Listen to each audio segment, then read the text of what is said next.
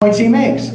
There are corrupt Democrats and corrupt Republicans in government and in the United States Congress today.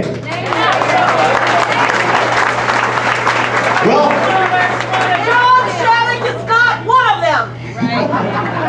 she said John Shadegg is not one of them. Thank you.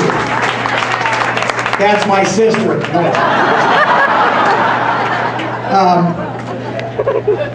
Well, one of them just got convicted, William Jefferson. By the way, my response there is finally they convicted a Democrat. But if you look, if you want, I won't name them, but what I will tell you is if you do your own research on the issue that, to his credit, Jeff Flake has made a single cause, the corruption of the earmark process in the United States Congress, you will find the corrupt members. You will find there's a cycle where members go out, somebody in their district has a business or somebody out of their district has a business. That somebody asks for an earmark to a private company on a no-bid basis, and some lobbying firm lobbies for that earmark. The earmark gets created. They run into the tens of millions to hundreds of millions of dollars, and the congressman gets the earmark, the businessman gets the business, and the congressman gets donations back from the businessman and the lobbyist. That is a corrupt system that we have got to abolish, and it's a system that the Republican Party needs to tell America it's against, or we're never going to gain the high ground again.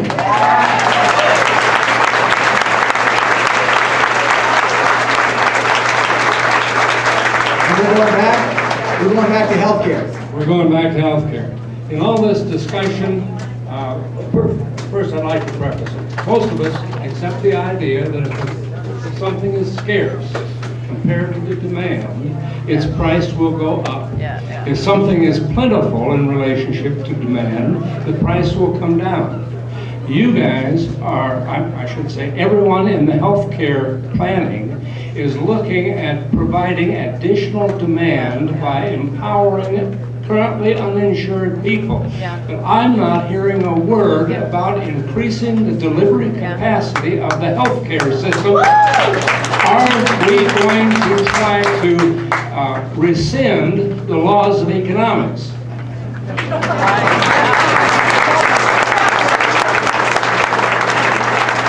Did everybody hear that, or do I need to repeat it for somebody in the back room? Repeat it, okay. I'm going to repeat it with my own editorial comment. First of all, we need to elect this guy to the United States Congress because he understands economics.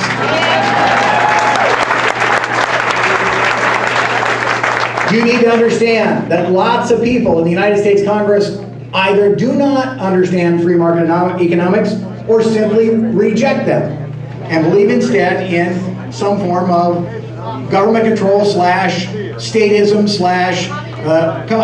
socialism, or maybe even communism. There's at least one. No doubt about it. What he asked was, look, under the laws of supply and demand, when you increase the demand for a given service or product and don't increase the supply, you're going to drive cost up. What he pointed out is that if under this plan, we make healthcare available to lots of people who don't have it now, demand will go up and price will not go down, price will go up. What are we doing, his question was, to increase the supply of healthcare goods and services? The answer is Congress is doing nothing about that because the majority of Congress does not understand the laws of economics at this point. They believe, actually listen to the press. The president says the number one issue is cost. I'm going to solve it by providing more government control. I'm sorry, that doesn't equate to me. That doesn't add up, and I think that's your point.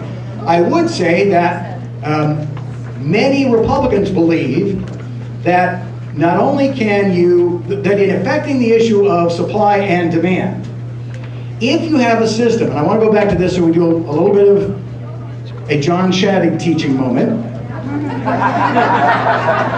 We need to understand that the current system where your employer pays but you consume encourages excess demand and therefore drives the price up.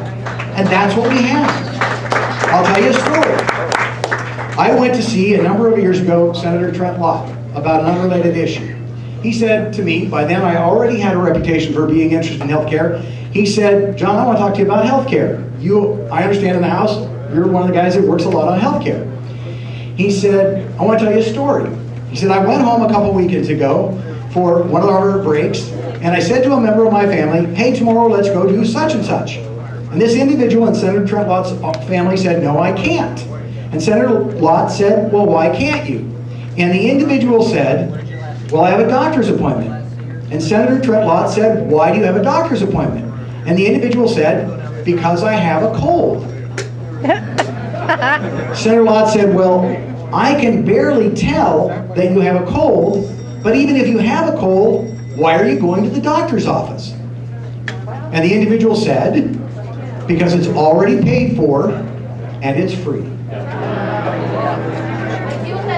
We have told the American people that since your employer provides your health care to you, for most 70% of Americans get their health care from their employer, and your employer does not tell you exactly how much your health care costs, we have told you that it's already paid for and it's free. That's the system the government set up by saying to your employer, if your employer buys health care for you, it's tax-free. They buy with pre-tax dollars. If you go out and buy health care, you buy with after-tax dollars. That makes it at least 40% higher for you. You're not going to do that. But the signal we're sending, using your economics lesson, is it's already paid for and it's free. But how many people believe it's already paid for and it's free? It's not. They took that money from you and they spent your money. Now how can we fix that? Put you back in charge. I want everyone in this room whose employer buys their homeowner's insurance for them to raise their hand. I want everybody in this room whose employer buys the auto insurance for their own personal car for them. I think you make the point.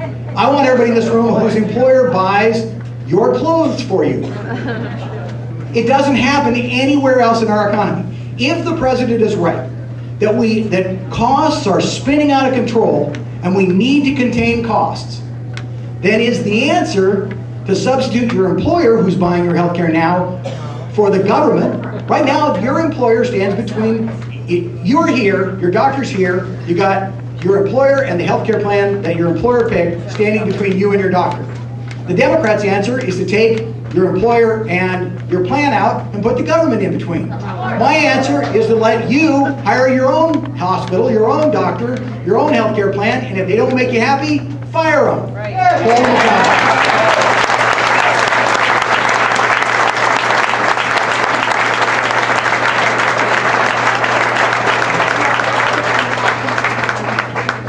Hi, please be polite about this, but there are regulations for safety. Apparently we have a crowd that's too large for the room. They cannot allow it to stay that way.